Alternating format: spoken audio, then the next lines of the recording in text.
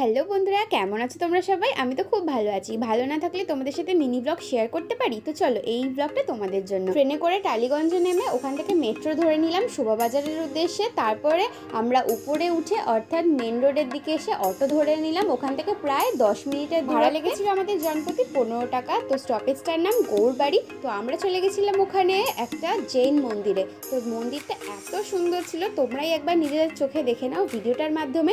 পারলে কেউ কেউ গিয়েও দেখেও এসো, ভীষণ সুন্দর জায়গা। আর এখানে একটা ঝিল মতো, মানে পুকুর মতোই ছিল। ভালো দেখতে মাঠ, তোমরা দেখো, ভিডিওটা তোমাদের ভালো লাগবে। এই যে এই লোকটা আমাকে নিয়ে এসছে এই মন্দিরটা দেখতে। ওকে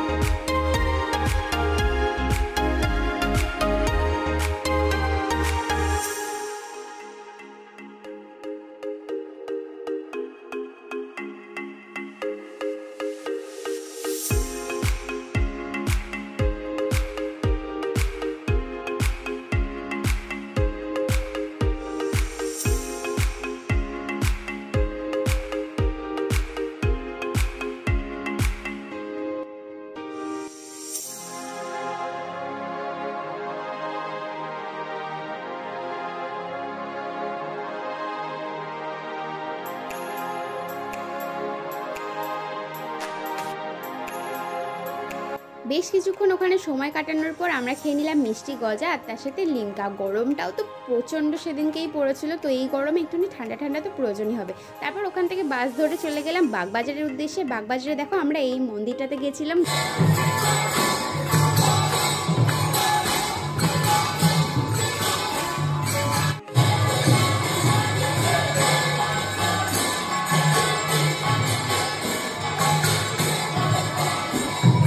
এটা ছিল বাগবাজারের গৌরীয় মঠ মন্দির। তো আমরা এখানে আরতি দেখতেই চলে গেছিলাম। আগের ভিডিওতে তোমাদের পুরো আরতিটাই শেয়ার করছি। ভিডিওটা কেমন লাগলো জানাবে।